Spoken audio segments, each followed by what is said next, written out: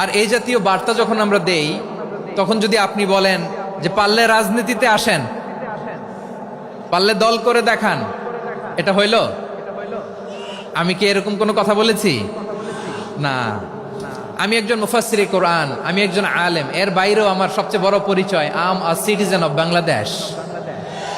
আমি বাংলাদেশের একজন সাধারণ নাগরিক। আমার দেশের যে কোনো সমস্যা, যে কোনো ইনকনসিস্টেন্সি, অসঙ্গতি নিয়ে মত প্রকাশের স্বাধীনতা আমার আছে না নাই? আপনারাই তো বাক স্বাধীনতার কথা বলেন, ফ্রিডম অফ স্পিচের কথা বলেন, বাক স্বাধীনতার কথা বলেন। আপনারাই যদি আবার কোনো মন্তব্যের কারণে বলেন যে রাজনীতির মাঠে আসেন, দল করেন, দেখি কতটুকু পারেন, এটা ঠিক হবে না। এখানে কি আমি কোনো দলের নাম বলেছি? বাংলাদেশে 48টা প্রায় নিবন্ধিত রাজনৈতিক দল, কোনো দলের নাম আমি বলিনি। কথাটাকে আমি জেনারেল রেখেছি। দায়ীদের বৈশিষ্ট্যই এটা, দায়ীরা জেনারেলি কথা বলে, যার যেই মেসেজ নেয়ার তারা সেখান থেকে নিয়ে নেয়। একটা লাইনকে কেন্দ্র করে আমাদের অনেক রাজনীতিবিদ বন্ধুরা অনেক ক্ষুব্ধ প্রতিক্রিয়া দেখাচ্ছেন। ওই কথাকে নিজেদের গায়ে টেনে, নিজেদের গায়ে মেখে ওনারা ক্ষুব্ধ হয়েছেন। কোনো দল এটা নিয়ে কোনো কথা বলল না, আপনারা এটাকে নিজের গায়ে যে মাখালেন, এটা ঠিক হয়নি। আমি বলবো যে এটা খুবই অনভিপ্রেত হয়েছে। কোনো দলকে টার্গেট করে বা কোনো দলের পক্ষে আমরা কখনো কথা বলি না। আমরা কোরআনের পক্ষে কথা বলি, ইসলামের পক্ষে কথা বলি, ঠিক কিনা বলেন?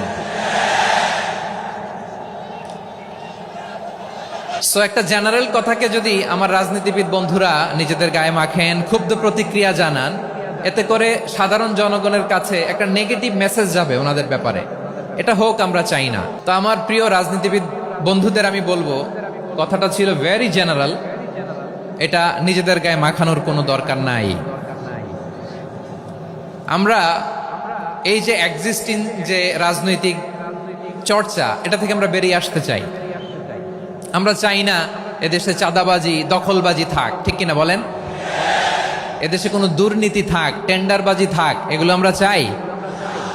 আই হেট পলিটিক্স একটা জেনারেশন আছে, এই বেশিরভাগ জেন জি অফ সিলেট, এরা আই হেট পলিটিক্স জেনারেশন। এরা পলিটিক্সকে পছন্দ করে না। তো কেন করে না, এর দায়ভার আমাদের আছে না নাই? আছে। এবং আমরা দেখেছি ক্ষমতার পালাবদল যখন হয়, এক সরকার যায় আরেক সরকার আসে, তখন দুর্নীতির ফিরিস্তি আমরা জানতে পারি, এর আগে জানতে পারি না। প্রতিটা দলের ভেতরেই আমরা এই বাজে চর্চাটা দেখেছি। সো এখন আমাদেরকে শুধরে নেওয়ার সময় এসেছে।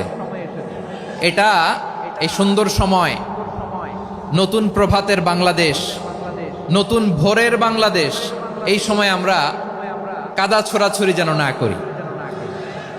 আমাদের শপথ নেওয়ার সময় এসেছে। প্রতিটি দল, নিবন্ধিত 48টি, সবগুলো দলের এখন শপথ নেওয়া উচিত যে আমরা কোনোদিন আর চাঁদাবাজি করব না, টেন্ডারবাজি করব না, দখলবাজি করব না। আমরা সব সময় দেশের পক্ষে থাকব, সব সময় দেশের পক্ষে থাকব। সেই কথাগুলো ছিল ভেরি জেনারেল। যে কথাগুলো আমরা জেনারেলি বলি, এগুলো জেনারেলি আপনারা নিবেন। আমার রাজনীতিবিদ বন্ধুদের কাছে এটাই আমার কামনা। আর এই জাতীয় বার্তা যখন আমরা দেই, তখন যদি আপনি বলেন যে পারলে রাজনীতিতে আসেন, পারলে দল করে দেখান, এটা হইল? আমি কি এরকম কোনো কথা বলেছি? না। আমি একজন মুফাসসিরে কোরআন, আমি একজন আলেম, এর বাইরেও আমার সবচেয়ে বড় পরিচয় আম আ সিটিজেন অফ বাংলাদেশ। আমি বাংলাদেশের একজন সাধারণ নাগরিক। আমার দেশের যে কোনো সমস্যা, যে কোনো ইনকনসিস্টেন্সি, অসঙ্গতি নিয়ে মত প্রকাশের স্বাধীনতা আমার আছে না নাই? আপনারাই তো বাক স্বাধীনতার কথা বলেন, ফ্রিডম অফ স্পিচের কথা বলেন, বাক স্বাধীনতার কথা বলেন। আপনারাই যদি আবার কোনো মন্তব্যের কারণে বলেন যে রাজনীতির মাঠে আসেন, দল করেন, দেখি কতটুকু পারেন, এটা ঠিক হবে না। তাই প্রিয় ভাইয়ের, আসুন আমরা দল মত নির্বিশেষে কাঁধে কাঁধ মিলিয়ে সোনার বাংলাদেশ গড়ি, দুর্নীতিমুক্ত বাংলাদেশ গড়ি। যে বাংলাদেশের জন্য রক্ত দিয়েছে আবু সাইদ, যে নতুন ভোরের বাংলাদেশের জন্য রক্ত দিয়েছে মুগ্ধরা, যে নতুন বাংলাদেশের জন্য রক্ত ঝরিয়েছে 24-এর যে গণ অভ্যুত্থানের প্রত্যেকটি শহীদের আওয়াজ করে বলেন ঠিক কিনা? আল্লাহ তাআলা আমার দেশকে তুমি নিরাপদ করো, শান্তিময় করো। আমরা যেন স্বাধীন, সার্বভৌম বাংলাদেশে মাথা উঁচু করে বিশ্ব দরবারে দাঁড়াতে পারে। আল্লাহ তুমি তৌফিক দান করো। আওয়াজ করে সবাই পড়ে আমিন।